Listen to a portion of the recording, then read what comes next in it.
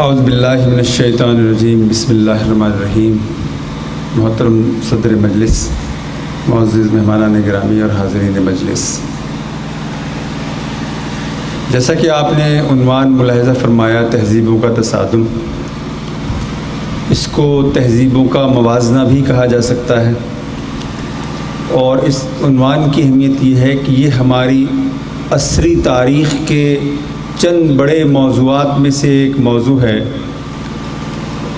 اور 9/11 کے بعد اس کی اہمیت بہت زیادہ نمایاں ہو کر سامنے آئی ہے۔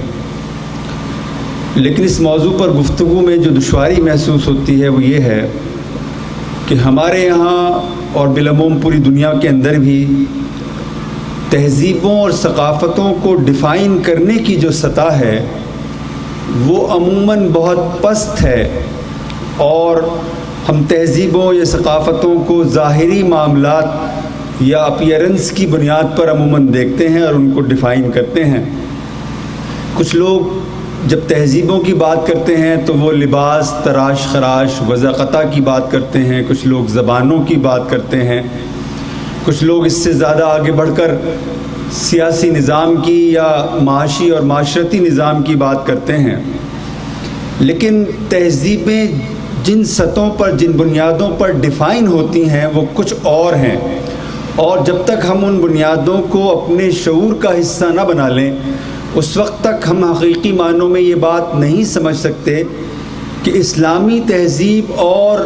جدید مغربی تہذیب کے درمیان وہ کون سے بنیادی نکات ہیں جو باہم متصادم ہیں، جو انکمپیٹیبل ہیں، جن کی وجوہات، جن کی بنیاد پر دونوں تہذیبوں کے درمیان اس طرح کی پیسفل کو ایگزسٹنس ممکن نہیں ہے جس کا کہ دنیا کے اندر بہت شور مچایا جاتا ہے۔ جب ہم تہذیبوں کو ڈیفائن کرتے ہیں تو ہمارے سامنے جو سب سے اہم اصول آتا ہے وہ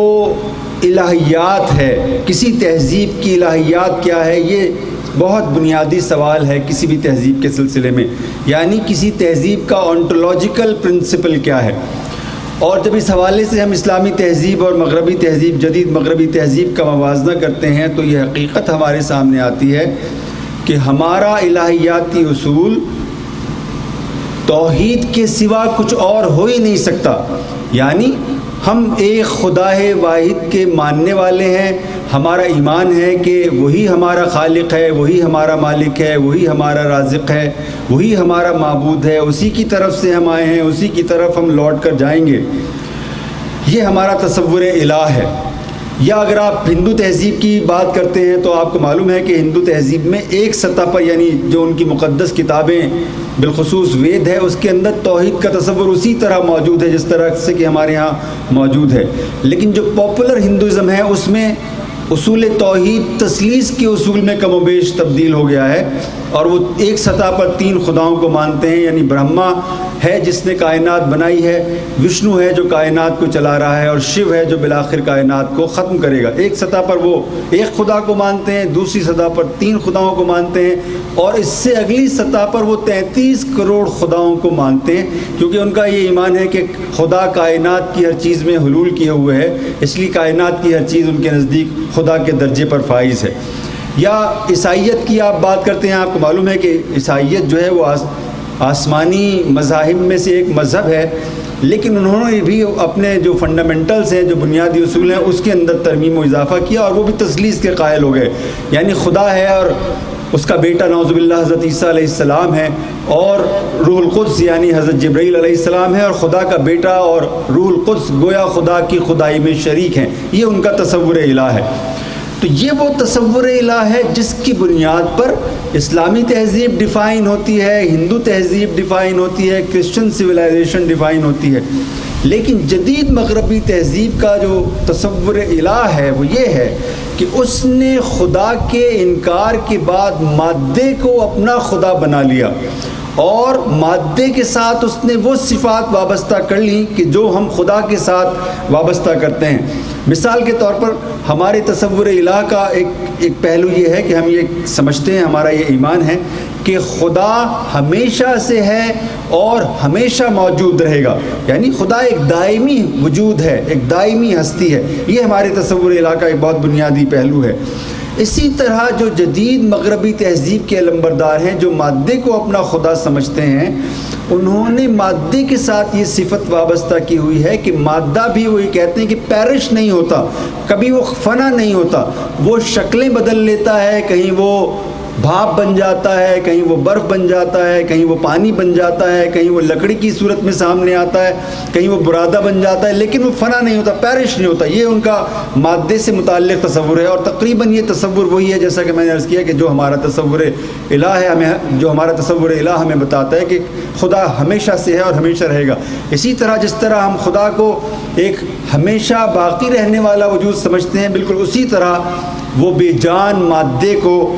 ہمیشہ باقی رہنے والی حقیقت سمجھتے ہیں.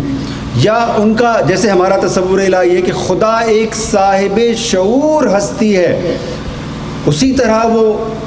مادے کے بارے میں یہ تصور رکھتے ہیں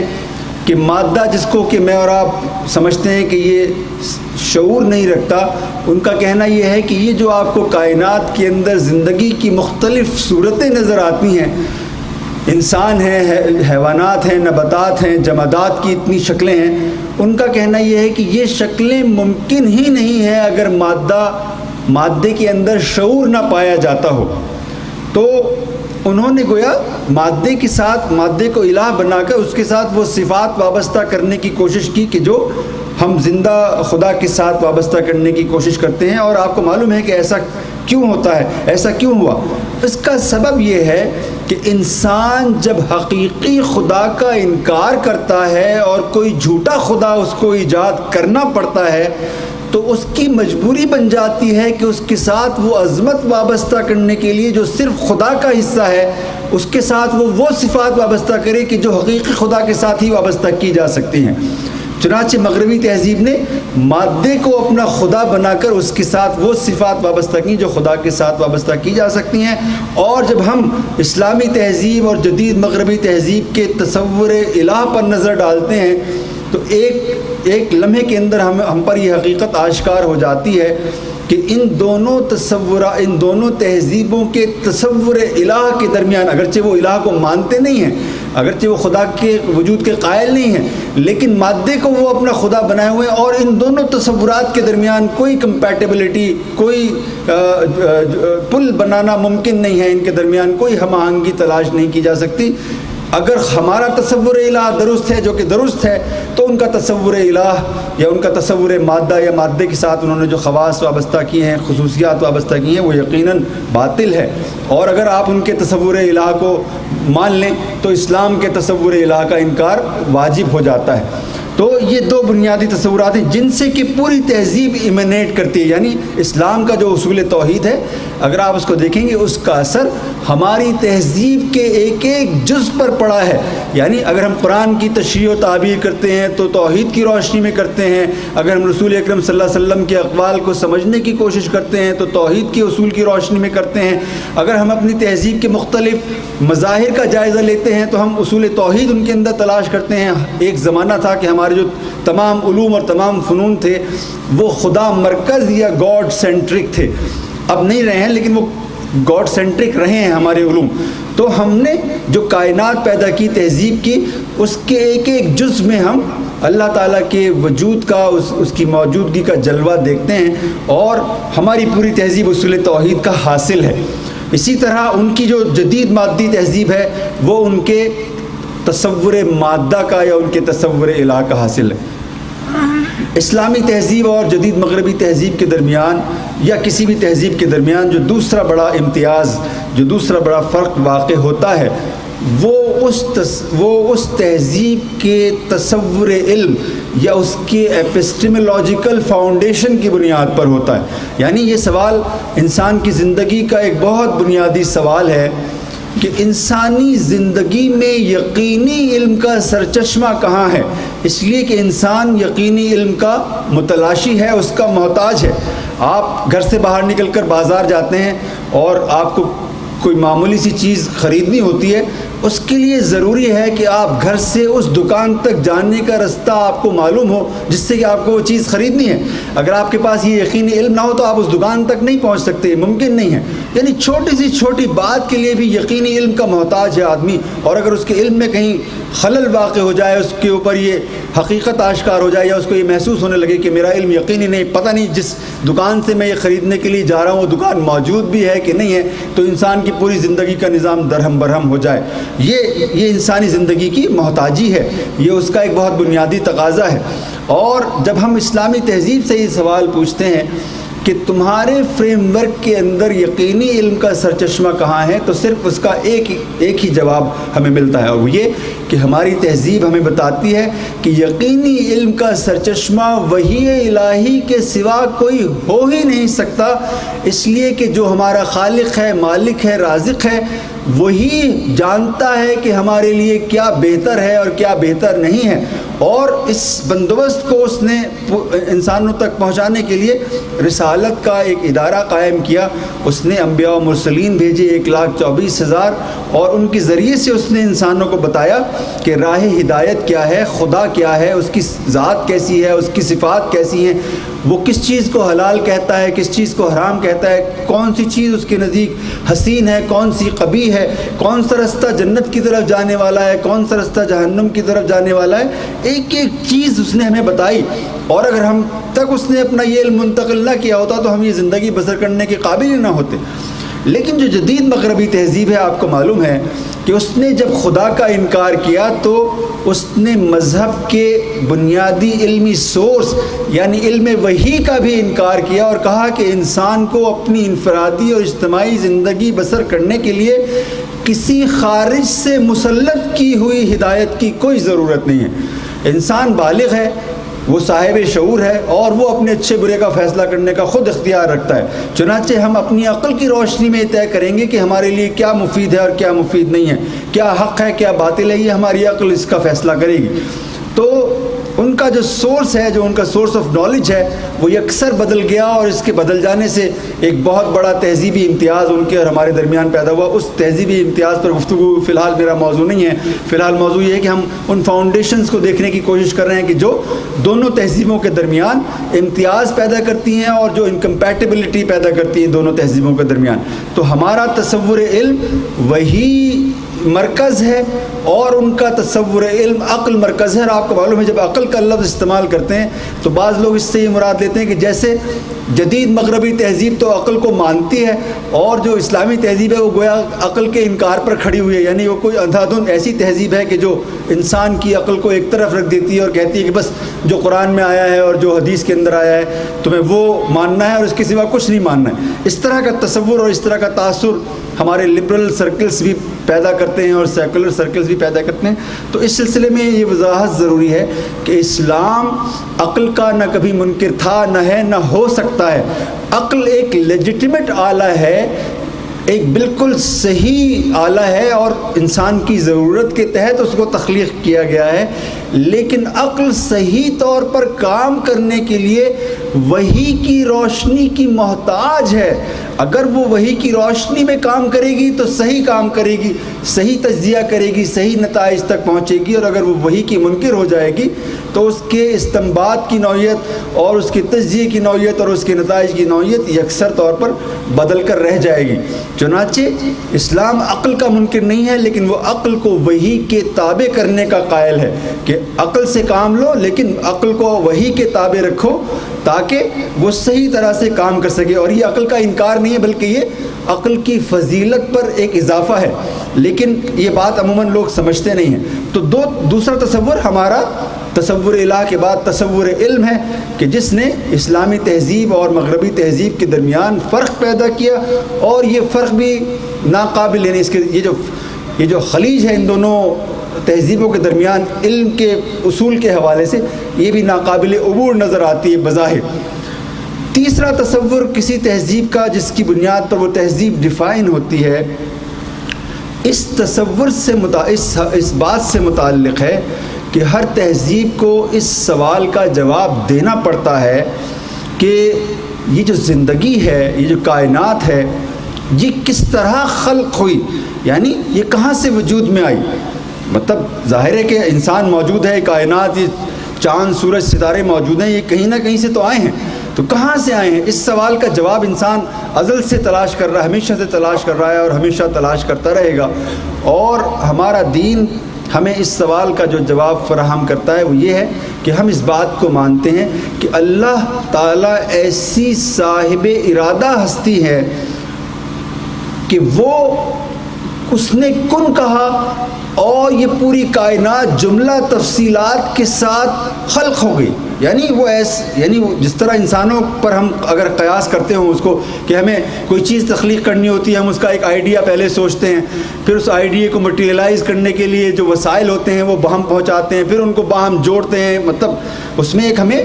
کاریگری دکھانی پڑتی ہے، تب کوئی چیز ہم فنش پروڈکٹ کے طور پر حاصل کر پاتے ہیں. لیکن خدا ایک ایسی صاحب ارادہ ہستی ہے کہ وہ جس چیز کا ارادہ کرتا ہے بس وہ کہتا ہے کہ ہو جا، اور وہ ہو جاتی ہے. اس نے کائنات کو کہا کہ ہو جا کن، اور یہ پوری کائنات جو ہے وہ اپنی جملہ تفصیلات کے ساتھ وجود میں آ گئی. خدا ایسی صاحب ارادہ ہستی ہے، اور انسان کو اس نے اشرف المخلوقات کی حیثیت سے پیدا کیا. یعنی وہ ایولیوٹ نہیں ہوا، وہ ایسا نہیں تھا کہ وہ پہلے کچھ اور تھا پھر کچھ اور بن گیا، بلکہ اس کو پیدا ہی اس صورت میں کیا جس صورت میں وہ آج موجود ہے. یہ ہمارا تصور تخلیق ہے، یہ ہماری تہذیب کا اصول تخلیق ہے. اور جدید مغربی تہذیب سے جب ہم پوچھتے ہیں تو ہمیں بتاتی ہے کہ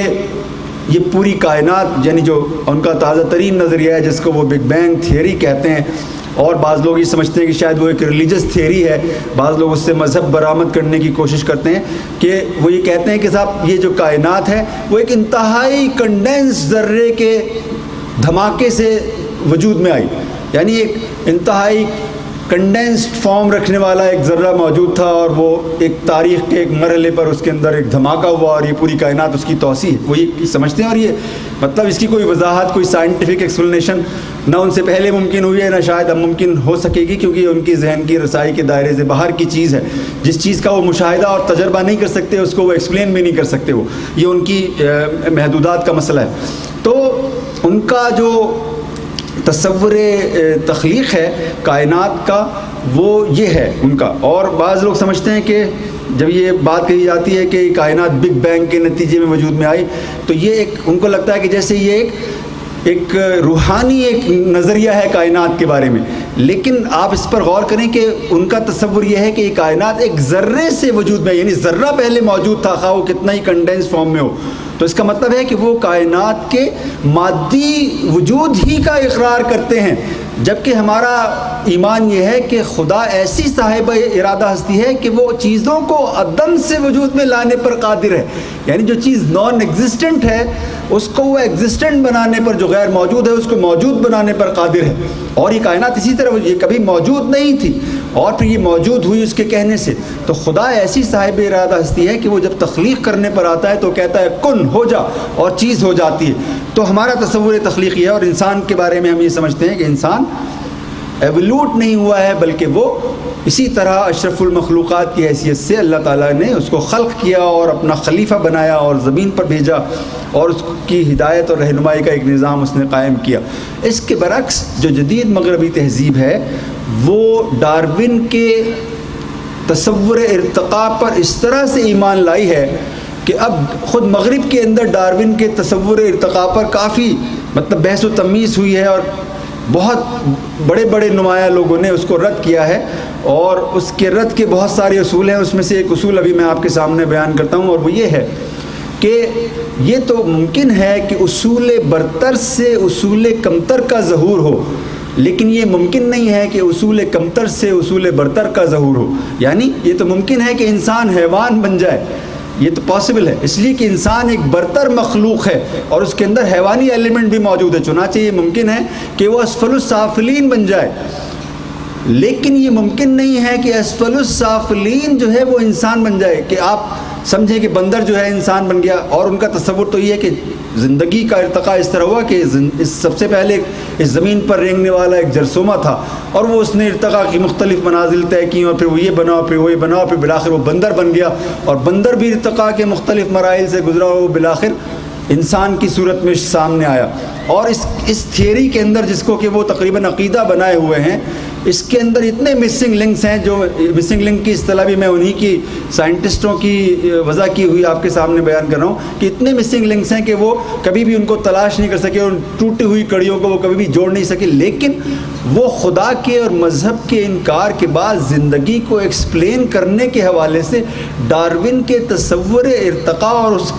اپنے مخصوص تصور تخلیق کے ایسے اسیر ہوئے کہ وہ اس کو ابینڈن کرنے کے لیے تیار نہیں ہے، حالانکہ جو ڈارون کی تھیوری ہے وہ خود سائنٹیفک بنیادوں پر اس کو کوشچن کیا جا چکا ہے، اس کے آگے سوالیہ نشان لگایا جا چکا ہے، لیکن ان کے اسکولوں میں، ان کے کالجز میں، ان کے یونیورسٹیز میں تصور ارتقاء اسی طرح پڑھایا جاتا ہے جس طرح ہم اپنے یہاں تصور توحید یا اپنے تصور وحی کو پڑھاتے ہیں۔ تو اگر آپ ان دونوں تصورات کو بھی دیکھیں تو آپ کو محسوس ہوگا کہ ان دونوں کے درمیان ایک انکمپیٹیبلٹی ہے، ان کے درمیان ایک عدم مطابقت ہے، اور دونوں تہذیبیں بالکل مختلف طریقے سے زندگی کو اور کائنات کو اور اس کی تخلیق کے منظرنامے کو دیکھتی ہیں، اور ان کے درمیان کوئی پل بنانا اس سطح پر، فکری سطح پر ممکن نہیں ہے۔ چوتھا اصول جو کسی تہذیب کو ڈیفائن کرنے کے حوالے سے انتہائی اہمیت کا حامل ہے، وہ اس سوال سے متعلق ہے جو ہر کامن آدمی کو، لیمن کو بھی پریشان کرتا ہے، پڑھے لکھے آدمی کو بھی وہ درپیش ہوتا ہے، اور یہ ہے کہ آخر یہ جو زندگی ہے اس کی جو اتنی زبردست تک و تاز ہے، آخر اس پوری انسانی زندگی کی جد و جہد کا حاصل کیا ہے، اور وہ کون سی بنیاد ہے جس کے حوالے سے ہم کہہ سکیں کہ ہماری زندگی کامیاب ہو گئی یا ناکام ہو گئی۔ یعنی ہر انسان ہی چاہتا ہے نا کہ وہ اس کو یہ معلوم ہو جائے کہ اس نے جو زندگی بسر کی وہ کامیاب زندگی تھی یا ناکام زندگی تھی۔ یہ ہماری بنیادی ضرورت ہے۔ ہم اپنی زندگی کو ڈیفائن کرنے کے لیے، اس کی معنویت کو جاننے کے لیے، اس کی قدر و قیمت کا اندازہ کرنے کے لیے ہم یہ جاننا چاہتے ہیں سب کہ ہماری یہ زندگی 50 سال، 30 سال، 40 سال، 70 سال، 100 سال پر محیط زندگی کامیاب ہوئی یا ناکام ہوئی، یہ ہم جاننا چاہتے ہیں۔ اور جب اس حوالے سے ہم اسلامی تہذیب سے پوچھتے ہیں کہ تمہارا کامیابی اور ناکامی کا کیا پیمانہ ہے، تو وہ ایک ہی جواب ہمارے سامنے رکھتی ہے، اور وہ یہ کہ جس انسان کو نجات مل گئی، جہنم سے نجات مل گئی، جس نے اپنے رب کو راضی کر لیا اور جو جنت کا مستحق قرار پایا، وہ کامیاب ہے۔ خواہ اس دنیا میں اس کے پاس ایک پیسہ نہ ہو، اس کے پاس رہنے کو گھر نہ ہو، کھانے کے لیے اس کے پاس مناسب رزق نہ ہو، خواہ اس کی اس دنیا میں کوئی سماجی سیاسی اہمیت نہ ہو، اگر اس کو یہ چیز حاصل ہو گئی کہ اس کا رب اس سے راضی ہو گیا اور اس کو جنت کا مستحق قرار دے دیا، تو وہ کامیاب ہے۔ اور جو شخص اللہ کو راضی نہ کر سکا اور جنت کا مستحق قرار نہ دیا جا سکا، تو خواہ وہ ذہانت میں آئنسٹائن کو مات دینے والا ہو، خواہ وہ قارون کے خزانے سے بڑھ کر خزانہ پیدا کرنے والا ہو، خواہ وہ بل گیٹس کا چچا ہو، اس کا باپ ہو، اور خواہ اس کو اس پوری زندگی پر تسلط حاصل ہو جائے، اس پوری دنیا کے اوپر تسلط حاصل، اس کی حکومت پوری دنیا کے اوپر غالب آ جائے، تو بھی اس کی زندگی کا کوئی مفہوم نہیں ہے، اس کی کوئی معنویت نہیں ہے، اس کی کوئی حقیقت نہیں ہے، وہ ایک ناکام زندگی۔ یہ ہے ہمارا تصور کامیابی اور تصور ناکامی، اور اسی کی روشنی میں ہم اپنی پوری زندگی کو دیکھتے ہیں، انفرادی زندگی کو بھی، گروہی زندگی کو بھی، اور اپنی پوری تہذیبی زندگی کو، کہ اگر وہ اس فریم ورک کے اندر ہے، اگر وہ خدا کو راضی کرنے والی ہے، اگر وہ جنت کی مستحق زندگی ہے، تو پھر وہ ایک کامیاب زندگی ہے، ایک حسین و جمیل زندگی ہے، ایک بامعنی زندگی ہے، ایک بامقصد زندگی ہے، ایک ایسی زندگی ہے جس کو دلکش کہا جا سکتا ہے۔ اور اگر وہ یہ ایسی زندگی نہیں ہے تو پھر وہ ایک ناکام زندگی ہے، اندھیروں میں بسر ہونے والی زندگی ہے، بے مقصد بے معنی زندگی ہے۔ جب ہم یہی سوال جدید مغربی تہذیب کے سامنے رکھتے ہیں تو اس کا صرف ایک جواب آتا ہے، اور ایک لفظ میں آتا ہے، اور اس لفظ سے آپ بہت اچھی طرح واقف ہیں، اور وہ لفظ ہے پروگریس،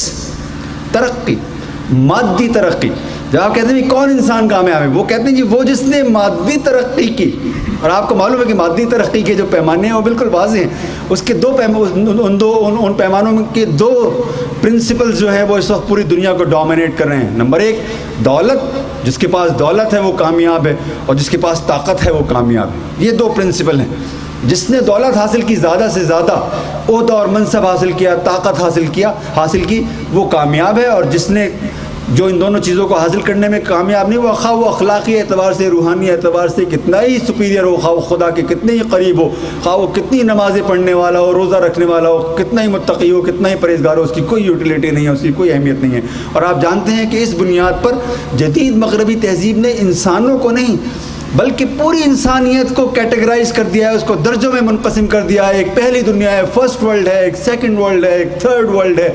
اور جو فرسٹ ورلڈ ہے وہ مادی اعتبار سے خوشحال لوگوں کی دنیا ہے، اور وہ بڑی صاحب توقیر ہے، اس کی بڑی قدر و منزلت ہے، پوری دنیا میں اس کا سکہ چلتا ہے۔ اور جو دوسری دنیا ہے وہ پہلی دنیا کی نقل کرنے والی، مادی اعتبار سے اس کی نقل کرنے والی دنیا ہے، اور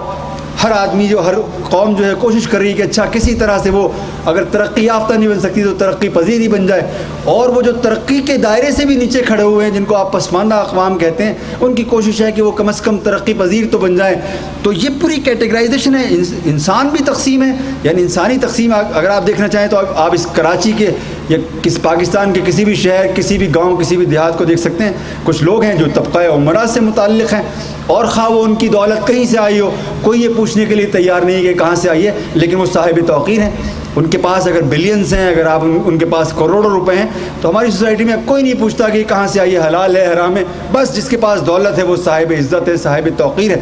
تو ہماری سوسائٹی کے اندر بھی جو مغربی تہذیب ہے، بظاہر تو ہم اس کے بڑے مخالف ہیں، لیکن اگر ہم اپنی زندگی کا جائزہ لیں تو ہماری زندگی کے بہت سارے دائرے ایسے ہیں کہ جہاں بہت خاموشی کے ساتھ مغربی تہذیب کے بہت بنیادی تصورات نفوذ کیے ہوئے ہیں۔ ہم سمجھتے ہیں اگر ہم نے داڑھی رکھ لی، اگر ہم پردہ کرنے لگے تو ہم نے کمال کیا،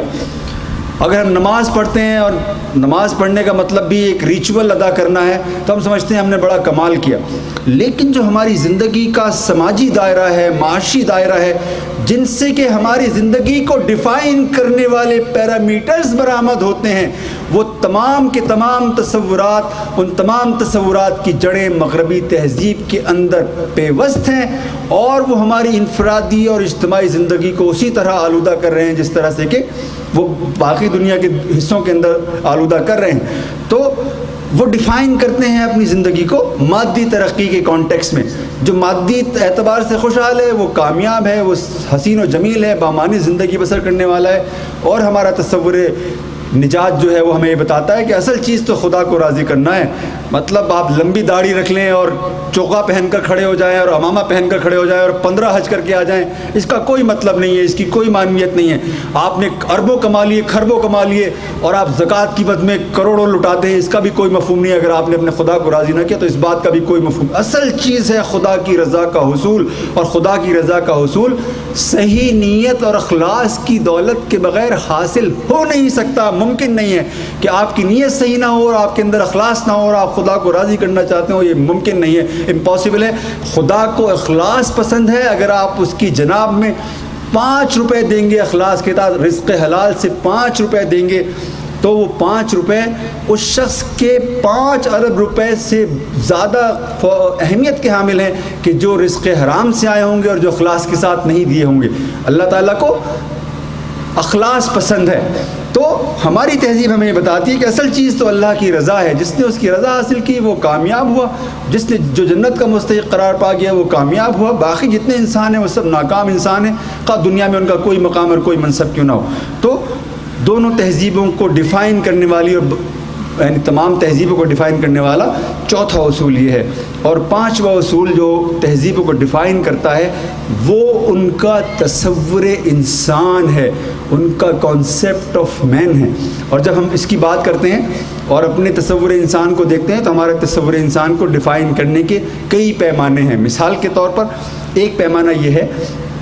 کہ ہم اس بات پر ایمان رکھتے ہیں کہ انسان، اللہ تعالیٰ نے انسان دنیا یعنی کائنات میں جتنی مخلوقات پیدا کی، کچھ کے نام اس نے بتا دیے ہیں اور کچھ کے بارے میں کہا کہ تمہیں نام بھی نہیں بتائے ہیں، جتنی مخلوقات اس نے پیدا کی ہیں ان تمام میں شرف عطا کیا، اس نے فضیلت عطا کی انسان کو، اور اس کو اس زمین پر اپنا نائب بنایا۔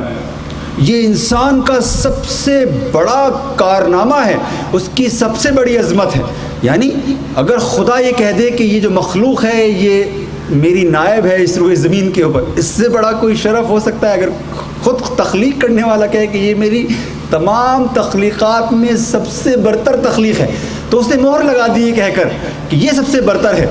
تو یہ انسان کی سب سے بڑی فضیلت ہے, یہ انسان کو ڈیفائن کرنے والی سب سے بڑی حقیقت ہے ہماری. اور آپ کو معلوم ہے کہ ہماری جو تہذیب ہے وہ انسان کو اس اینگل سے دیکھتی ہے کہ ہمارے بعض صوفیہ نے کہا ہے اور علماء نے بھی, بعض اکابر علماء نے کہا ہے اور بالکل درست کہا ہے کہ انسان کائنات اصغر ہے, یعنی یہ خارج میں موجود کائنات کائنات اکبر ہے, اور انسان کائنات اصغر ہے, یعنی کائنات اکبر کے تمام اجرائے خلق انسان کے اندر موجود ہیں. آپ کو معلوم ہے اس مادی کائنات کی وسعت کا کیا عالم ہے. جو ماڈرن فزکس ہے اس کے اندازے کے مطابق یہ کائنات اتنی وسیع و عریض ہے کہ اس کے ایک سرے سے دوسرے سرے تک ٹریول کرنے کے لیے 25 ارب نوری سال کا فاصلہ درکار ہے. اور یہ بھی ایک قیاس ہے, یہ بھی ایک اندازہ ہے, 25 ارب نوری سال کا فاصلہ درکار ہے. اگر آپ اس کائنات کے ایک سرے سے دوسرے سرے تک سفر کرنا چاہیں تو 25 ارب نوری سال, مطلب اس کو آپ ذرا امیجن کریں, یہ اس لیے کہ ہم اس کو صرف امیجن ہی کر سکتے ہیں. اتنی وسعت رکھنے والی کائنات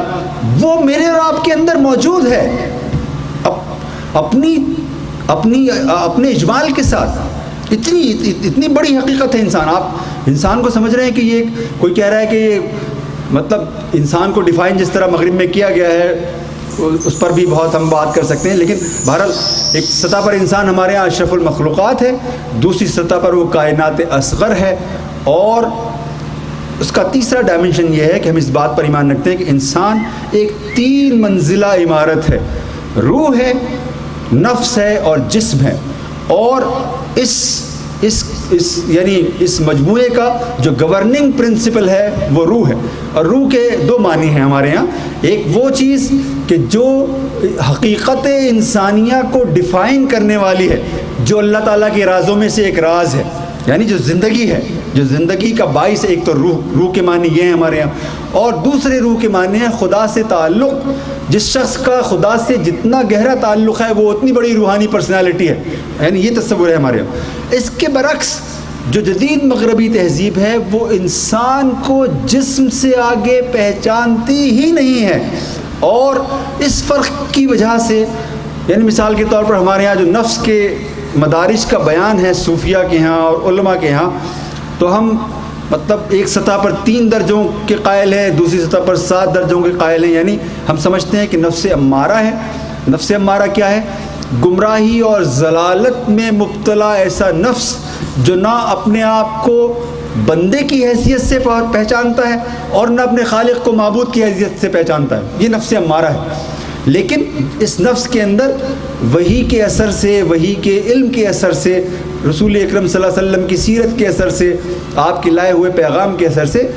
جب ایک مزاحمت کی کیفیت پیدا ہوتی ہے, انسان برائی کرتا ہے اور اس کا نفس اس کو متنبع کرتا ہے کہ یہ تجھ سے غلطی ہو گئی, تجھ سے گناہ ہو گیا, تو یہ نفس امارہ کنورٹ ہو گیا نفس لوامہ میں, ملامت کرنے والے نفس میں کنورٹ ہو گیا. اور اس سے اگلی منزل نفس کی نفس مطمئنہ ہے. وہ نفس کہ جس نے اپنے تمام انر کانٹرڈکشنز کو ریزالو کر لیا ہے, اپنے تمام داخلی تضادات کو اس نے حل کر لیا ہے, اور اس نے اپنی ول کو سبمٹ کر دیا ہے اللہ تعالیٰ کے حضور. اپنی انا کو اس نے اللہ تعالیٰ کے سپرد کر دیا کہ یہ لے, تو جس طرح چاہتا ہے مجھے تو چلا. یہ نفس مطمئنہ ہے. پھر اس کے مدارج کا بیان ہے کہ اس سے اگلا مرحلہ وہ ہے جس کو آپ نفس ملہمہ کہتے ہیں. وہ نفس کہ جس پر اللہ تعالیٰ خوش ہو کر علوم کا الہام کرتا ہے. اور اس سے اگلا درجہ نفس کا وہ ہے کہ جس کو آپ نفس راضیہ کہتے ہیں, جس سے اس کا رب راضی ہو جاتا ہے. اور اس سے اگلا درجہ نفس مرضیہ کا ہے جو اپنے رب سے راضی ہو گیا. نہیں سوری, الٹا کہہ دیا میں نے. نفس راضیہ وہ ہے جو اپنے رب سے راضی ہو گیا, اور نفس مرضیہ وہ ہے جس سے اس کا رب راضی ہو گیا. اور آخری مرحلہ نفس کا وہ ہے کہ جس کو ہم ایبسلوٹ سیلف کہتے ہیں, نفس مطلقہ کہتے ہیں. تو یہ 7 درجوں کا بیان ہے. میں نے بہت زیادہ جو کنٹمپرری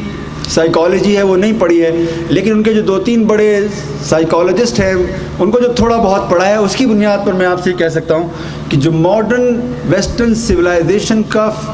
سائیکولوجیکل ڈسکورس ہے, جو ان کا نفسیاتی علم ہے, جو کہ بہت ڈیولپڈ ہے, اور جس کی پوری دنیا کے اندر شہرت ہے اور جس کا اثر ہے غیر معمولی. یعنی ماہر نفسیات کی کیا اتھارٹی آپ محسوس کرتے ہیں اپنی سوسائٹی میں. یعنی وہ ہمارے نفس کے اوپر حکم بن کر بیٹھے ہوئے ہیں, وہ ہمیں بتاتے ہیں کہ ہمارے باطن میں کیا ہو رہا ہے اور کیا نہیں ہو رہا ہے اور اس کی کیا معنی ہے. میں آپ سے ایسے کروں گا کہ وہ انسانی نفس کو نفس امارہ اور نفس لوامہ کی چند کیفیات سے آگے جانتے ہی نہیں ہیں، ان کو معلوم ہی نہیں ہے کہ اس سے آگے کی منازل اور مراحل کیا ہیں۔ تو اگر وہ نفس لوامہ کی بھی چند کیفیات جانتے ہیں اور نفس امارہ کو صرف وہ انڈرسٹینڈ کرتے ہیں، تو پھر وہ انسان کے بارے میں جانتے کیا ہیں؟ کچھ بھی نہیں جانتے۔ تو اگر آپ ان تمام حوالوں کو اپنے پیش نظر رکھیں اور ان کی بنیادوں پر آپ اسلامی تہذیب اور جدید مغربی تہذیب کا کمپیریزن کرنا چاہیں، ان کے درمیان موازنہ کرنا چاہیں، تو پھر آپ کو معلوم ہوتا ہے کہ ان کے درمیان امتیازات اور اختلافات اتنے بنیادی ہیں کہ ان کو نظر انداز کر کے ہم تہذیب کے موضوع پر بات ہی نہیں کر سکتے۔ اور جس شخص نے ان فنڈامنٹلز کو نہ سمجھا وہ کبھی بھی یہ بات نہیں سمجھ سکے گا کہ مسلمانوں کے اور مغرب کے درمیان جو تصادم برپا ہے اس کا کیا پس منظر ہے، اس کے کیا نفسیاتی اور تاریخی محرکات ہیں، اور کن بنیادوں پر یہ جنگ لڑی جا رہی ہے اور کن بنیادوں پر اس جنگ کو جیتا جا سکتا ہے۔ یعنی جو لوگ یہ سمجھتے ہیں کہ میدان جنگ کے اندر جو ہے فتح حاصل کر لینا ہے وہ کافی ہے، یہ کافی نہیں ہے، بلکہ یہ ایک بہت بڑا تہذیبی مارکہ ہے، اور اس مارکے کو تمام بنیادوں کے اوپر سر کرنا ہوگا، تب جا کر آپ کی تہذیب فتح مند ہوگی اور وہ اس مقام پر فائز ہوگی کہ جو لیڈ کرنے کے لیے درکار ہوتی ہے۔ وآخر دعوانا الحمدللہ رب العالمین۔